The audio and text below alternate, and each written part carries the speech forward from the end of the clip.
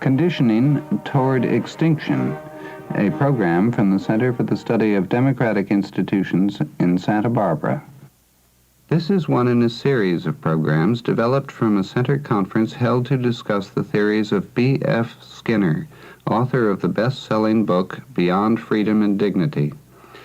As this program begins, Arthur R. Jensen points out that genetic and other differences in individuals could pose a problem for a behaviorist who is trying to redesign an entire culture, and he asks how behaviorists might deal with this problem. Anyone planning a society or a culture or redesigning an already existing social system, I think eventually has to face most of the major problems that already exist in the society that he wishes to redesign through operant techniques. And I believe that one of the large existing problems in society today has to do with the vast range of individual differences that exist in socially relevant traits.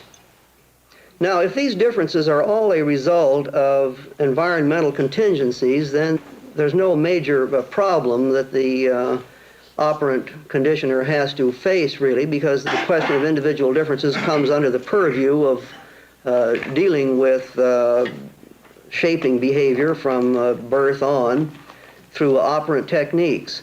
However, if these differences are also associated with the wiring of individuals that comes with them at the time of birth through genetic mechanisms and the like, and these differences are not highly amenable to operant techniques, then one would like to know what the operant culture designer, how he regards this particular problem area. The next speaker is Halleck Hoffman, Dean of the School of Critical Studies, California Institute of the Arts. In a way, I think we have all been saying that operant conditioning, if it is true, and there does not seem to be much argument about the fact that the statements about it are true, are like things that are true about us genetically. In fact, they have been affecting the way we act all along. And the same thing seems to me to be true about operant conditioning. It has been going on all along. When the literature of freedom and dignity had not yet been written, the fact of operant conditioning was present in the world and was taking place. And the literature of freedom and dignity has arisen in the context of a set of creatures who live together, who learn fairly effectively, who talk, who use tools, and so forth, and among other things, have genetic dispositions to do certain kinds of things. One of those genetic dispositions is to be conditioned operantly. I think it's going to take us a very long time to figure out exactly what it all means, just as I think it's been astonishing that it has taken us all this time to begin to have some appreciation of what the genetic factors that Jensen is talking about really mean. The next point is offered by Alexander Comfort, medical biologist and director of aging research at University College London. Operant conditioning is one of the very few ideologies, if I can call it that, though it isn't really an ideology, which substitutes reinforcement for hostility.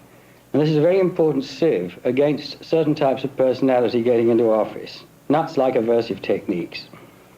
I think it could get its constituency. I think it would get it by a fusion between the growing environmental threats, the anger of the public over irresponsible policies in industry and politics, mutinies against overseas wars, the unmanageability of urban problems, which is getting worse and worse everywhere, a basic wish here of Americans to avoid unproductive civil violence, which seems to threaten, and the now emergent libertarian anti-political, anti-aversive style. If operant techniques worked, they would, I think, largely end or limit acting out in public life. I don't think there'll be a lot of rewriting of constitutions under the democratic rituals. I think instead one would reinterpret their meaning. Legitimacy and democracy would carry on. I think they'd mean something different. They'd be experienced differently simply in the new lifestyle of the culture. And a good example of this is what happened to the British monarchy. that it now means something diametrically different from what it did in the time of George Washington. Because the British monarch is now not an authority. The monarch is a bung or a blocking piece which is put there to prevent another person or persons from preempting a position of power, like the commander-in-chief or the one who appoints and fires judges. You can preserve institutions and titles to guarantee a power vacuum, and we may see that happening here. There are some contexts in which it would be uneconomic to apply this sort of thing, and I think we'd end up with a mixed society, with operant conditioning confined to fields where it's necessary to substitute cooperation for coercion and free enterprise, and to substitute intelligent purpose for play therapy in office. And that may need some blocking mechanisms. I'm not going to talk about Marxism. Normally, Marxists have always claimed that when you get a revolution like this, it represents the emergence of a new class. I think there is possibly a new class emerging, but it's not easy to define. And the new class is going to be the constituency, which consists of those who are now getting aversive vibrations, rather than the sort of platoon of Skinner's fixers, who would be the operant conditioners. I don't know whether you call these people neo-proletarians, the people who have nothing to lose but everything. Whether they're workers or intelligentsia, I think is a bit beside the point. They do represent a new dispossessed constituency which is acquiring power.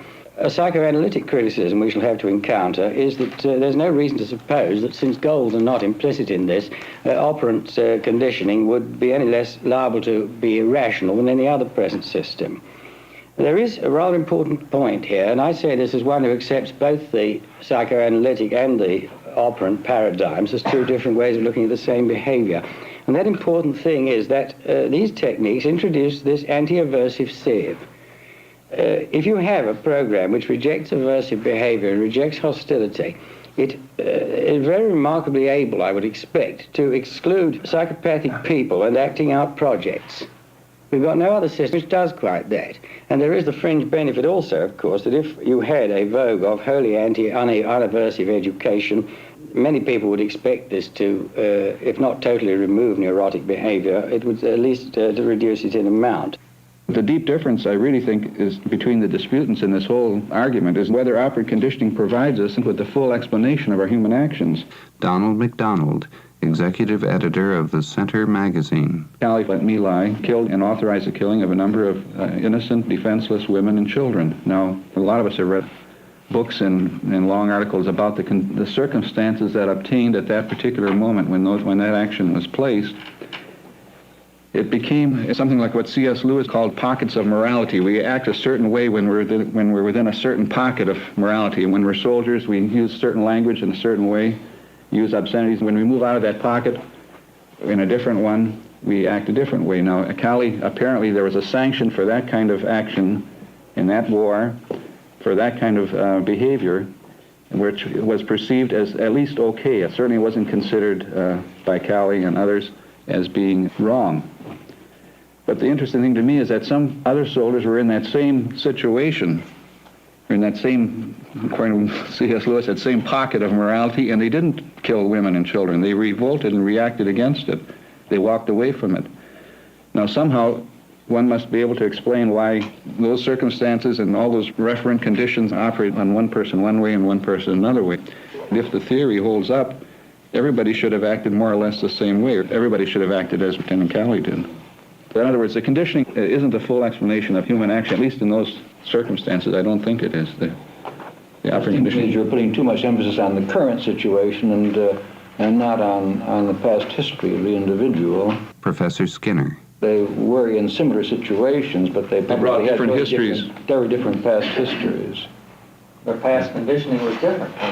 Well, this is begging the question to explain it that way. I don't think anyone can explain it at the moment, but I don't think it's a threat to this interpretation. I think you could show how, if I am right, we could give an explanation, simply a hypothetical sort. I wish to make a sort of general futuristic forecast, and I'll make the following assumptions. Arvid Pardo, now speaking, is the former ambassador from Malta to the United Nations. That operant conditioning is scientifically valid and that it works 100%.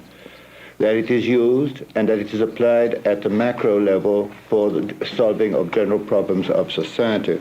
Let us assume this, And let us see two situations. One situation in which one society adopts these techniques and other societies do not, and another situation where different societies adopt these techniques for different purposes. Assuming that one society adopts these techniques and others do not, I would on the whole tend to believe that these techniques would tend to undermine the flexibility with which man has confronted different contingencies throughout his long history. In other words, they would tend to restrict the range of effective options available to man in that society as compared to other societies. Now, this restriction of the range of effective options may eliminate certain errors. They may improve matters in certain ways, and thus give a competitive advantage to the society adopting these techniques. On the other hand, it, as I say, reduces the flexibility, and hence the society adopting these techniques would become less able to meet unforeseen contingencies. The people would not be adapted to meet those contingencies, unless, of course, the operant conditions had already foreseen them, which is rather unlikely. And hence, the society would become less competitive, and probably in the long run would have less prospect of survival in the very long run, although in the short run it might have some competitive advantage. Let us assume that all the world, all the different political societies in the world adopt operant conditioning techniques. In this case, we would have a number of competitive societies competing and using these techniques for different goals. And I would submit that this might increase the divisiveness of the world, because now the divisiveness is, to some extent, subject to the different poles of political debate, the different attempts to convince each other of the rightness of one's cause, and so on and so forth. In other words, it's left more or less to the individual. In this case, it would be systematic techniques conditioning each society to believe that its goals were predominant, and with results that could deepen the differences in the world. It seems to me Ambassador Pardo's argument is a plausible one. Norton Ginsberg, Dean of the Center. That is, this scenario has particular merit. See why there shouldn't be, on the part of any reasonably intelligent policymaker, a program for retaining a pool of diversities in any given population so as to supply a resource for social lability. Joseph Schwab is professor of education at the University of Chicago and a visiting center fellow. We even have the mathematics on how much of this we'd have to do, given commitments about the probability of novelty in the near and middle futures. So that we needn't take the premise that there had to be a monolithic program and policy for any given society or nation. I think, Doug, it is perhaps assuming that we do not now have operant conditioning, and I would have thought that this is the way in which cultures already differ. The culture already does condition us to behave, say, differently from the Chinese or the Russians. I think there's a very important issue that we have to at least throw out on the table. Dennis Paragas, assistant professor of political science at Stanford University. And that is the lack of trust, I think, that we have in ourselves. We have been conditioned from the beginning. We just didn't know too much about it until this particular juncture in history. We have been conditioned, now we're beginning to understand how it works. And I think we do not yet trust ourselves. We're still caught up in this old paradigm in which it's better to be laissez-faire about it and not understand the environment than to try and understand the environment and do something with these conditioners. Now, I would make the opposite argument. I would say that the more we learn about how the environment has been impacting us, the stronger the culture would be, because then at least we have some sort of leadership that's capable of doing the manipulation that's necessary to adapt the social organism to any threat that might arise. The more we know, the more we're capable of keeping the culture going. I wanted to address myself to Ambassador Pardo's statement about lack of flexibility. Vitaly Ryzhenko is project director of the Operant Behavior Modification Project at the Mendocino State Hospital in California. One of the emphases of operant conditioning is a reduction of punishment. At the present time, of course, our culture is punishment-oriented, and we tend to use this practice automatically, or much more automatically than we would wish. In international relations, I would suspect that punishment is a part of the armamentarium. I think what operant conditioning tries to do is open up other alternatives to punishment. I think that if we had a child and we were living on a busy street and the child runs out in the middle of the street, we would, on the basis of the survival, have to punish the child to make sure that the child would survive. So I don't think that operant conditioning closes the door or reduces the alternatives available, but rather increases them. Finally, operant conditioning engenders a different kind of looking at the world. That would mean looking automatically at the consequences of one's action, which is essentially is an immediate feedback mechanism. Whereas now we look at the motivations and whatever is going on internally, we would look at the consequences, and in that way would be much more able to adapt to changing situations. Well, Ambassador Pardo, has the situation been clarified? Not completely to my satisfaction. I would just say that a pigeon who has been told to recognize a red square, and he pecks that red square, and he's perfectly conditioned. He's set in freedom, and he looks for a red square and pecks it, and nothing happens. Now, either he starves or he reconditions himself to a free life. The same thing in jail.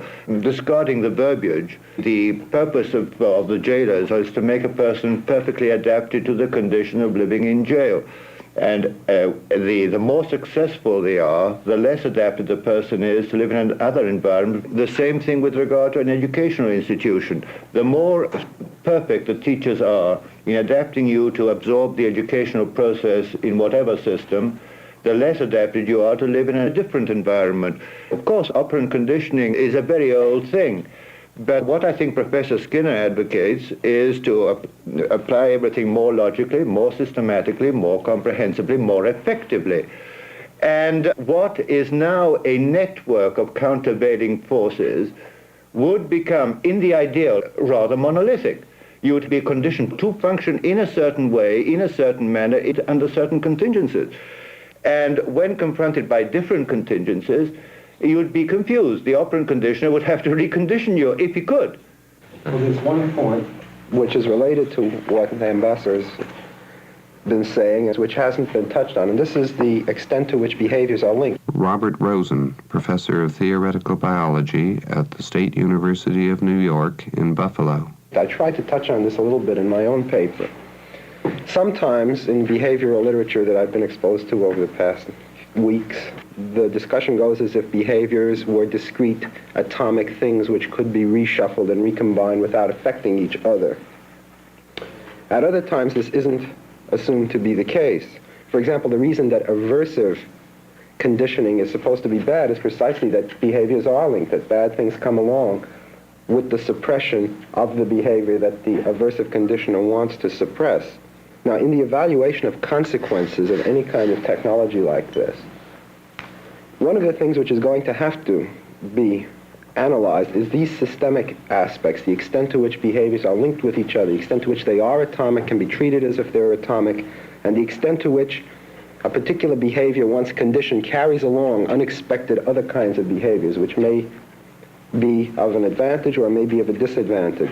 This bears on the irreversibility question of conditioning. Another question which is related to this has to do with what I could call the energetics of conditioning. The literature, as I understand it, says that anything can be conditioned if you put enough energy into it. In other words, if you want to, say, condition somebody to close a sphincter or control some smooth muscle fiber, you can do it, provided you spend enough time and effort on it. So in a sense, there is a correlation between the amount of energy you have to put into conditioning a kind of behavior and the complexity of that behavior. This would lead to a rule of thumb that the only kinds of behaviors you could condition at large with a small energy input per individual would be very general sorts of things which are liable to be linked with many other kinds of things. In other words, you can't be very selective about the kinds of things you're going to condition at moderate expenditures of energy. So there are two aspects. One of them is the linkage of behavior, how far they can be treated as if they were atomic, discrete, independent elements. And second, this question of energetics, which relates to the social efficiency of evaluating consequences. I'd like to ask Dr. Skinner if he'd care to comment on 2 points that I can state very briefly indeed. Robert M. Hutchins, chairman of the center. One is suggested by the title of a current television show, from which I derive all my reinforcement, which is the real Fred Skinner. That is, the book is apocalyptic.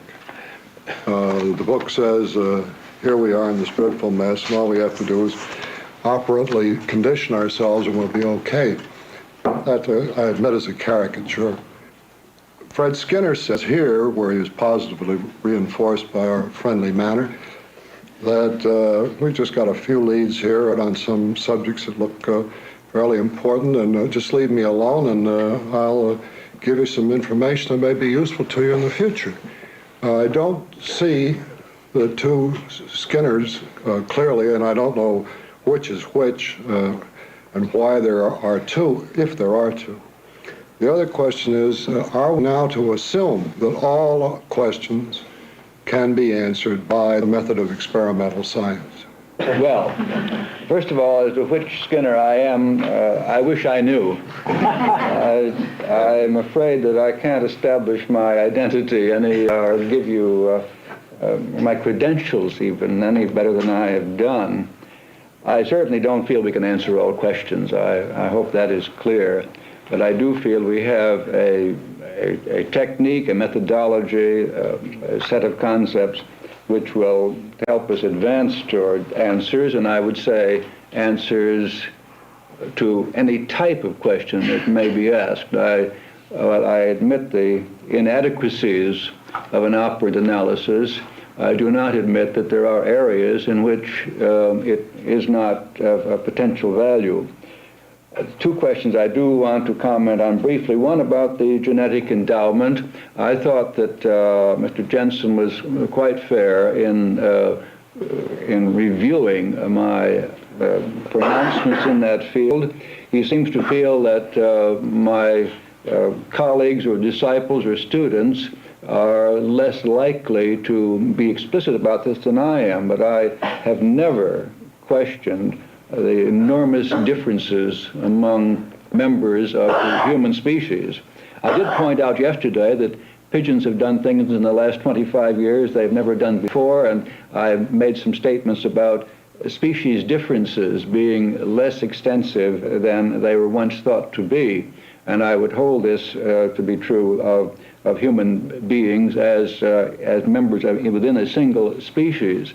I don't believe that by applying operant techniques of education, for example, we will reduce the differences between people. We'll move everyone up into a new level of achievement, but I should imagine that the actual absolute differences might even become greater, because I suspect that a proper education of a bright student would advance him far more than the proper education of a dull one, so that the original difference, yes. Don't you have to reduce differences? Harry Ashmore, Center President. If you're conditioning everybody to the same set of values? Oh, not at all. That bothers me, this idea that somehow or other we are working toward a regimented society in which individuality is not respected. There is no, so far as I can see, no threat whatsoever to the individuality of every member of the human species. Genetically, we are as individual as our fingerprints, every single cell in our bodies, and our individual histories are perhaps even more diverse. So there's no question of a tendency to deny individuality. This is a problem, of course, for technique. What? We just may not like the kind we get. Like the curious thing about the discussion on the genetic thing is that Herrnstein, who is a student of yours and in the operant conditioning tradition, comes to very many of the same conclusions that Jensen would come to from a genetic standpoint. Oh, yes, and I accept Jensen's position here, and it doesn't bother me in the slightest. I was going to review 2 experiments in which operant techniques have considerably revised what the ethologists have had to say about the innate behaviors of organisms. I do rather like the picture I painted in Walden 2, in which, if you remember, there were very bright people and there were also some very simple people. But in such a world, everyone finds something to do appropriate to his abilities and can enjoy life. And I should like to think that the world at large could be something along that line. The other issue I did want to mention is the question of goals. I thought that the last half of my book was concerned with that, with values, with the goals toward which a culture is moving and how we can arrive at them. And I really believe that a scientific analysis, and let's put it that way rather than saying an operant analysis, will have something very relevant to say about the prediction of the contingencies of survival which a culture is going to meet, and of the design of the behaviors which are most likely to permit a group to meet those contingencies. I really feel that the devices by which a culture brings its members under the control of a predicted future is extremely important. As far as I can see, it will require an operant analysis to arrive at them. I do want to end by expressing my appreciation for the Center for arranging this conference. It has been extremely valuable to me, and I don't mean in the flippant sense of being reinforcing to me. I have been reinforced, and if you invite me to come again, I shall be much more likely to come than I should have been otherwise. But your behavior has certainly shaped and modified mine. There are some things that I won't try to say that way again.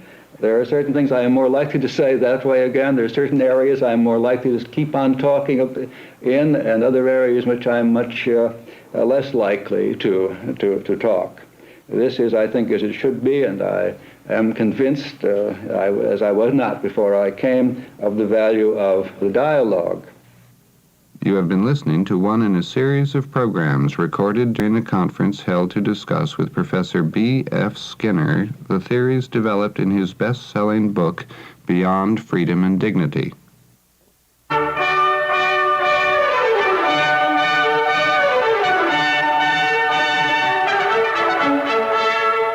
This program originated at the Center for the Study of Democratic Institutions in Santa Barbara.